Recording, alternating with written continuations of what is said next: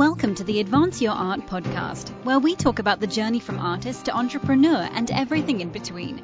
You've worked hard to hone your craft. Now take it to the next level with tips, techniques, strategies, and routines used by successful artists to grow their businesses and careers. Now, let's get started and have some fun with your host, Yuri Cataldo.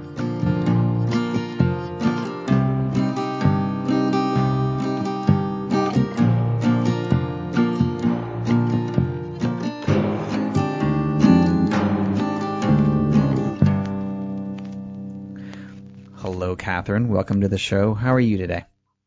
Hi, doing great. How are you? I'm doing well. You know, just like everybody else, I've taken it one day at a time. I know. Yeah, well, I've spent the day talking about happiness, so I guess I'm a little bit removed right now from the news. Yeah, it sounds like that'd be the best way to do that. So let's get into that briefly. But beforehand, for my listeners who are not familiar with your work, how do you describe yourself and what you do? Very interesting. Well, I guess I'm a hope activist and a happiness advocate, teacher. Yep. So I founded a nonprofit called iFred, and I am the chief mood officer of a company. So the Mood Factory. Yes, I love that title, the chief mood officer. That's awesome. So let's get into it a little bit on where your kind of journey led to this. So in the beginning, you studied something a little bit different. Well, I guess kind of the same. Psychology, biology. What made you want to get into psychology, biology, international studies originally? Yeah, well, growing up, so I grew up in a pretty, my brothers and my father were in finance. And I was kind of that animal activist, save the planet, save the animals kind of person. And so really looking at and loved the psychology of people, so just how people work. So I kind of went down that road to begin, like on my initial journey, just kind of learning about that. To start. Okay. And then it looks like, after you graduated, you had, a more traditional career that primarily went in kind of the marketing kind of area. What made you interested in kind of going from, 3M to American Express to Compass marketing?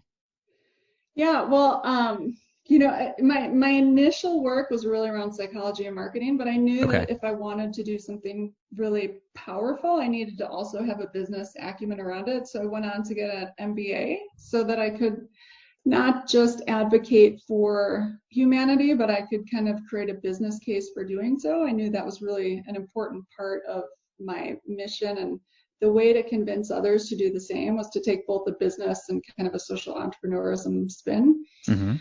So I started because I knew I needed, experience in corporate America. And, I did some research for 3M when I moved to Minneapolis. And then I went to grad school at night and worked for American Express, which they were IDS at the time. And I kind of thought it was a joke when I went in to talk to them because I really didn't know anything about financial services and who IDS was, but they wanted an intern. So I went in and did an interview, and they loved me because I had nothing to do with finance. So I could bring a really unique perspective to the company. So I spent about 5 years there and launching products for them, doing communications, helping them rebrand from IDS to American Express. Mutual fund work, we had about 8,000 advisors. So I launched some products, financial planning and services products with them. So it was really fun, and it was really great experience for me from a marketing and branding and kind of corporate standpoint. And then, sorry. No, please continue. Yeah, so then I went into advertising for a few years, and then I went into sales and marketing, and I helped Fortune 100 companies like Johnson & Johnson and Unilever get their products into what we say as alternate channels, which was at the time kind of anything other than mass and grocery. So help them do marketing campaigns in golf courses and, Bed Bath & Beyond, linens and things, even at that point, Home Depot was kind of considered an alternate channel. We would get Tylenol and Motrin at the front counter of, linens and things, because that's, women have headaches when they shop. So it was really fun. I got a lot of exposure and experience doing that. Yeah, that's wonderful. So when was it that you decided that you wanted to leave the corporate world and get into what you're doing now, which is founder of Mood Factory and iFred?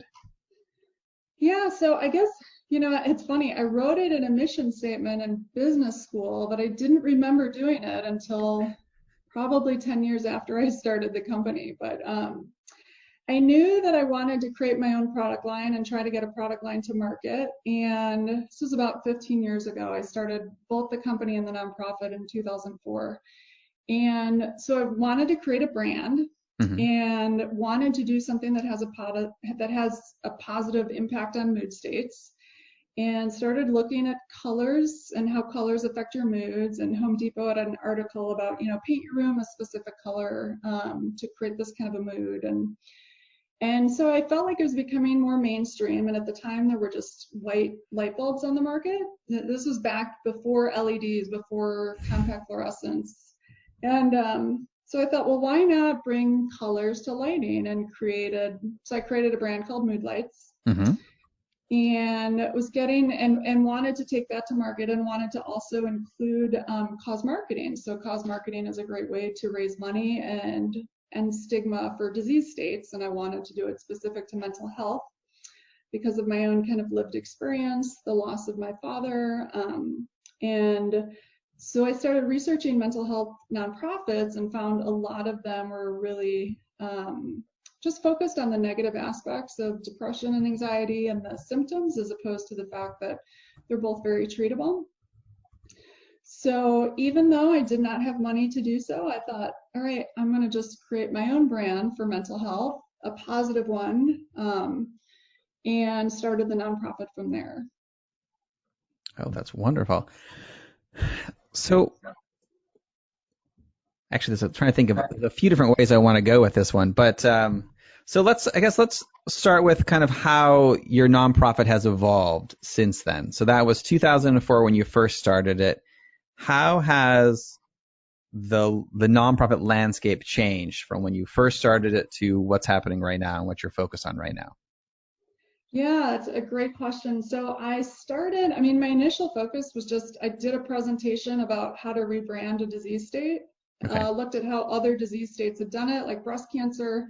Breast cancer was once highly stigmatized, heart disease, AIDS, and used those as examples, and went around really just presenting to other nonprofits and the media, talking to them about the importance of speaking of the biology of the brain, looking at the science, using universal symbolism, getting celebrities talking about their own mental health, and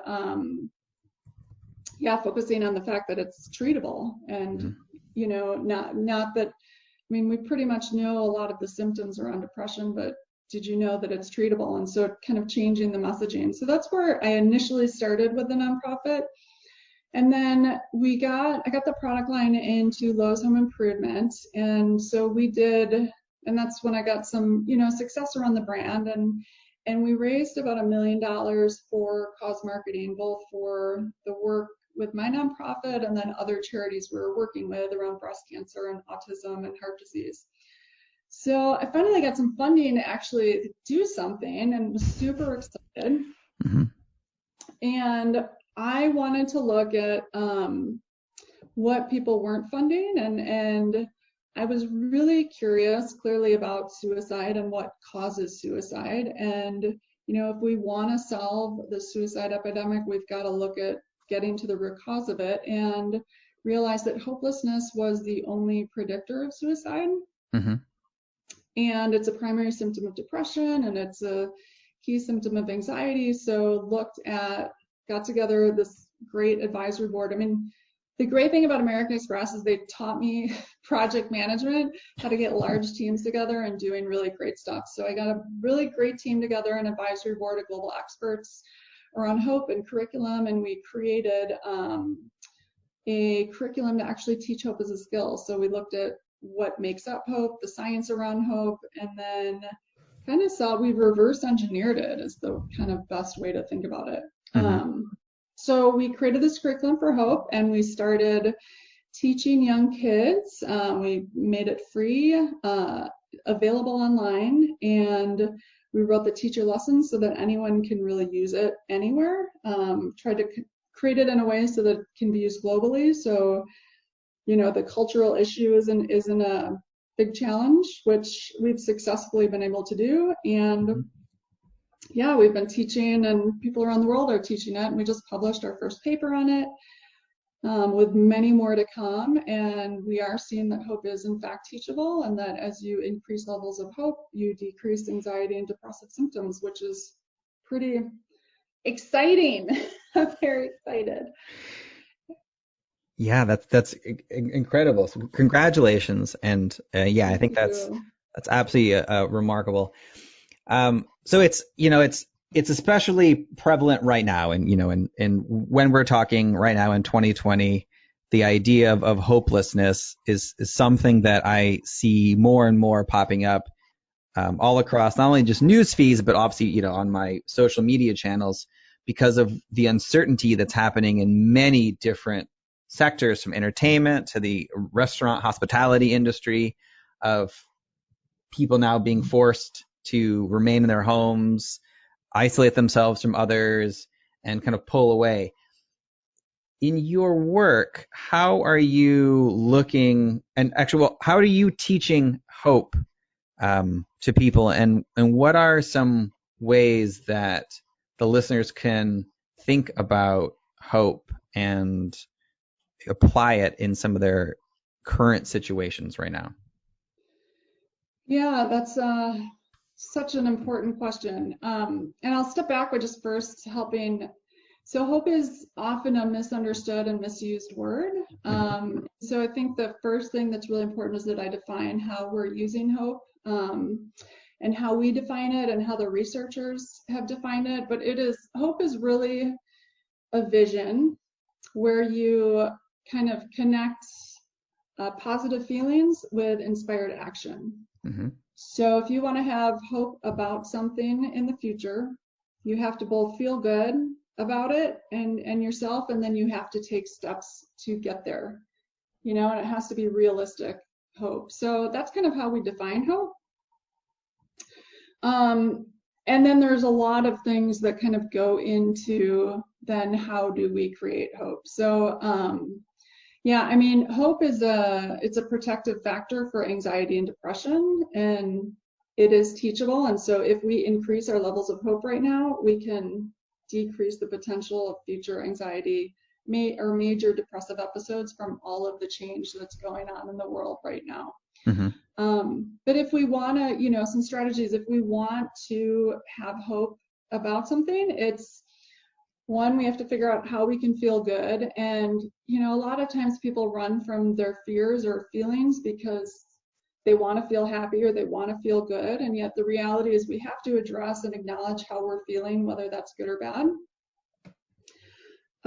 So I think that's like honoring how we're feeling is a very important thing for us all to do right now in the fear and the unknown, and to not kind of run from that, but then to kind of address that and to then get ourselves into a more hopeful and happier place, which is, there are a lot of things you can do: gratitude, kindness, meditation to calm down worry. So there are a lot of kind of little action steps you can do, but I think one of the biggest things is not to act from a stressed out, panicked state, and to do whatever we can to take care of our state first, to get us down so that we're not in the reptilian part of our brain acting kind of irrationally, but to calm ourselves down and then act from a more inspired place.